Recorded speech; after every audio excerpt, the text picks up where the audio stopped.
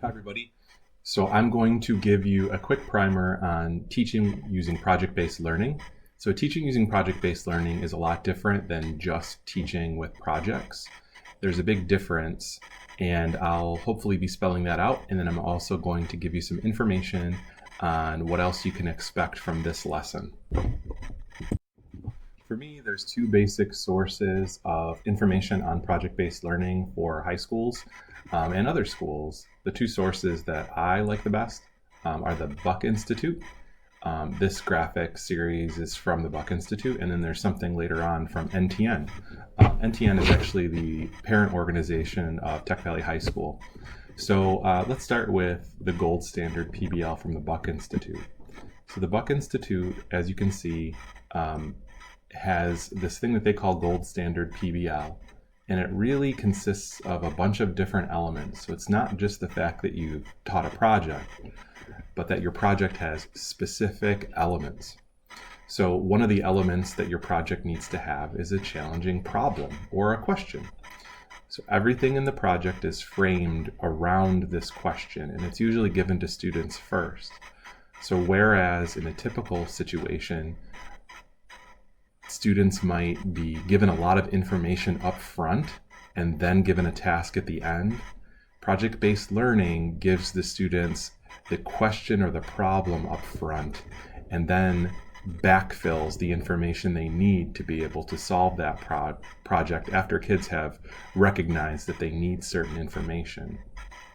Projects are really sustained pieces of inquiry, and we'll talk a little bit about the difference between project-based learning and problem-based learning. They're pretty similar things, but the difference has to do with duration on task. Another thing that all good projects have in common is they are all authentic, or at least try to be authentic. So if you're teaching in a middle school science classroom, kids don't really have the capability of working in a given profession, but you can certainly make it feel like they're doing work that's relevant to the real world.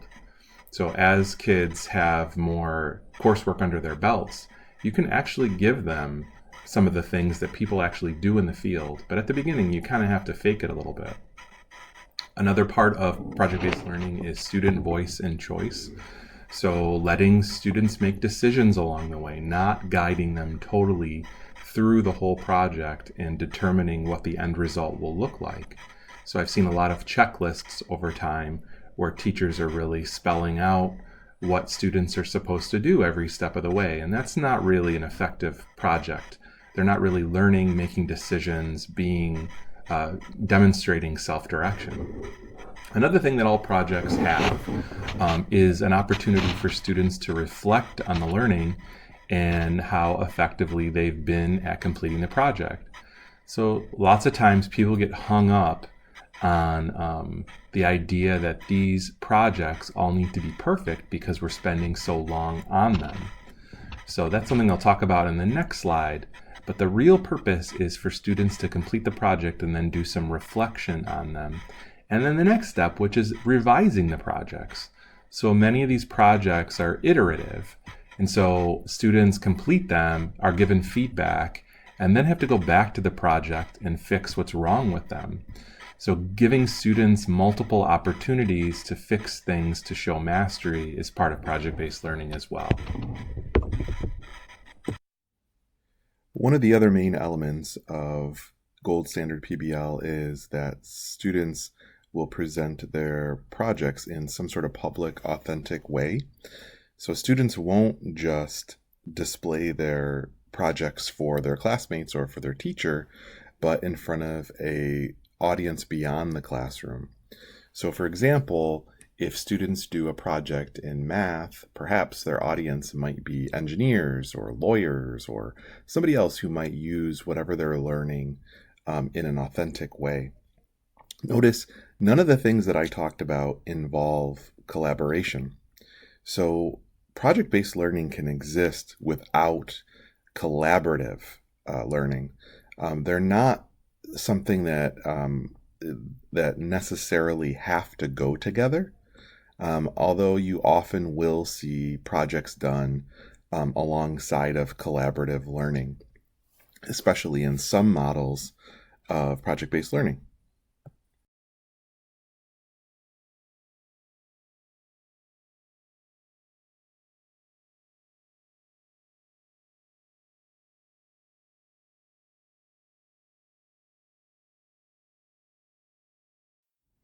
I really like this graphic because it really shows the difference between doing projects in a traditional classroom and doing projects in project-based learning.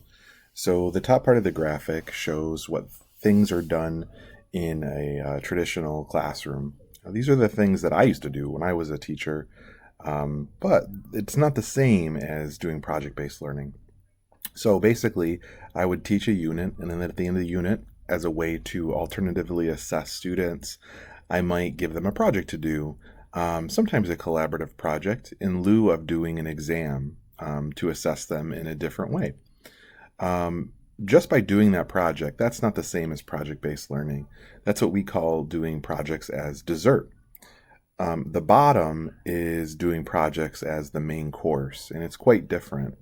So in a project-based learning classroom, the project is given out the very first thing.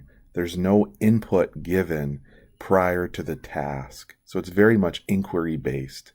So at the beginning of a project, I'm going to present students with an authentic task.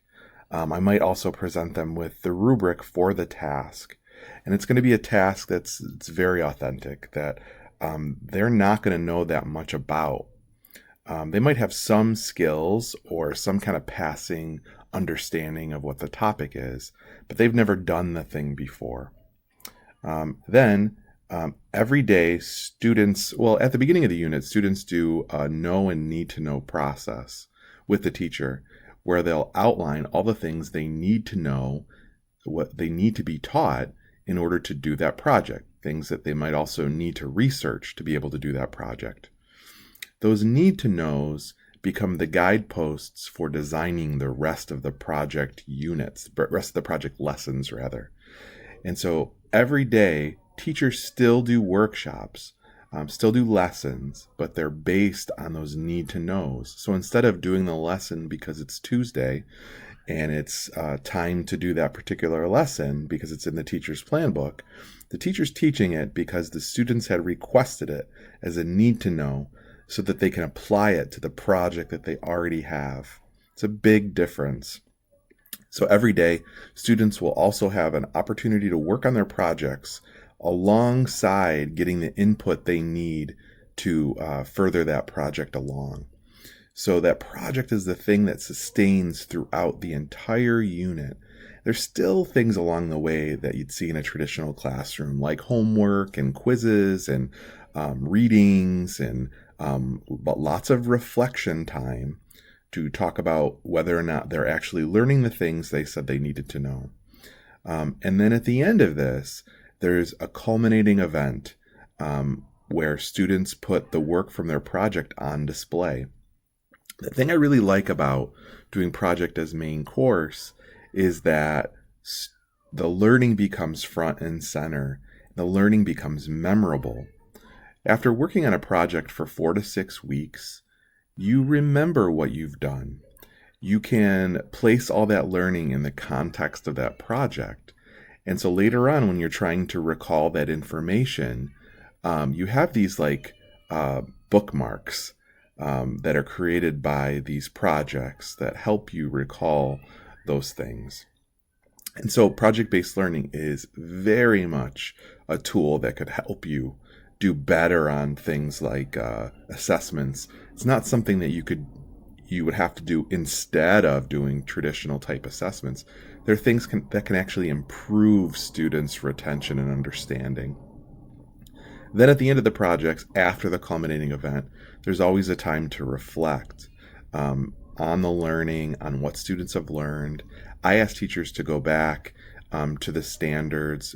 Typically, we'll take the standards and make a set of I can statements for students to reflect on at the end of each project to see whether or not they actually could address those standards based on the learning in the projects. So that's the difference between projects as dessert and projects as main course. And the main course projects are what we're talking about when we're talking about project-based learning. So here are 3 example projects from Tech Valley High. So one of the things that we do at my school is we do a lot of interdisciplinary projects because we have a lot of interdisciplinary classes. So the first one is actually a class that is a joint English 9, Global 9 class. It has 2 teachers, an English teacher and a social studies teacher, and they join their curriculum together. So it's going to have English content and global studies content in it. So like all classrooms in 9th grade across New York State, there's going to be a unit on early explorers, and whether those early explorers are good or bad is something that we really want to determine at our school, rather than just kind of presenting them as is. We want students to really evaluate them. And so a good way to do that is by putting these explorers on trial. This is also a great way to get an authentic audience and some authentic business partners. So we actually use Albany Law School students for this particular project, and a professor that we've worked with for a long time. So at the beginning of the project, what's handed out is a piece of paper that says, hey, here's this, the next project that you're going to do is actually take these explorers and you're going to put them on trial for things like genocide and murder and human trafficking. And some of you are going to be the defense team and some of you are going to be the prosecution. You're going to present an actual legal prosecution or defense. Some of you are going to be witnesses. Some of you are going to be lawyers. And what's going to happen is at the end of this project, you're actually going to be ready to conduct a trial in an actual courtroom in front of actual lawyers and sometimes judges to determine who makes the best argument. And so this is something that we also invite parents to, so parents can come to the courtroom at the end of the trial. And sometimes, the explorers win, and most of the time they do not, depending on the quality of the presentations. But this is an example of learning for a purpose. So they're learning about these explorers with the express purpose of doing this really public thing at the end of it. And alongside, they get a lot of practical information on the English side of things about how to construct arguments. They also get this additional career practice of, what does an attorney do? What is life like in a courtroom? The second project is a bioengineering project, so it's an interdisciplinary biology and engineering course where students will actually go to the Hudson River and they actually take water samples and do the analysis of that. We've done that for a long time. And then they actually input their information into a science database that's been collected in the region for a long time. So a really authentic product that people actually use to do research. The final project on this slide is a geometry DDP class. So a typical 10th grade geometry class, but it's joined with drawing and design for production. So it has lots of CAD elements. So students do technical drawing all the time. And they also learn how to use CAD software. So I really love this project. It might be my favorite project, but don't tell anybody. But this is a project that we do with a civil engineering firm. And this civil engineering firm will give us a plot of land, and they'll come in on the rollout day, the day that we give out the project, and say, we have this plot of land. We want you to use your knowledge of geometry and your knowledge of CAD and this software to create a blueprint for a neighborhood that we could put in this plot of land, using all the laws and regulations that are relevant to civil engineering. And we want you to come in and present it to our firm for feedback. So students actually get to do land surveying and drawing these neighborhoods and learning about zoning and things like that, while learning about geometry. So the goal of all this is so that students never say, well, what am I going to learn this for? What am I learning this for? What's the application? Because hopefully if we've done our job correctly, we've told them what the application could be. Now, they might not have that job, but they at least know how those things are used in the real world. Sometimes it's really difficult, and you have to really be creative to give people an actual application, because some things, especially in math, are pretty theoretical. But what we found is that there's always a way to do these things through projects or problems. So, again, just to reiterate the process of how these things usually work, typically there will be some kind of project rollout. And that project rollout's usually kind of a dramatic event, sometimes a video, sometimes a guest speaker. There's always an entry document. And whenever we create an entry document, we always try to make sure that that entry document also looks authentic. So on official letterhead, usually not something from the teacher, from an outside partner. Project rollout also includes giving students a rubric. So from that rollout, there's always some kind of know and need to know process. And these need to knows have to become workshop topics. Now, if you've done your job, you know what those topics are going to be in advance. And you can guide students toward the things you know that they're going to need to know. But it's important that those things come from the students and not always from the teacher. Along the way, there are workshops and lessons. Sometimes there's work in the field that students will do as part of a project. Sometimes there are class activities, and we often do collaborative teamwork. Most of our projects are done collaboratively. And at the end of the unit, there's a public event. And that public event is usually something that's really memorable. Think about that trial or that presentation in front of that civil engineering firm. The next piece is reflection. So it's essential that students do reflection on the learning that they've done throughout that project. I would encourage you to not just make them reflect on the content learning that they've done, but also the personal learning they've done in the creation of that project, maybe on those gold standard elements. How did they grow as a critical thinker during that process? And then it's also important to have some kind of celebration after the reflection to put that project to bed. It doesn't have to be very elaborate. Some of our teachers will do like little parties. Some of them will do little rewards or recognitions for people who did an excellent job on the projects.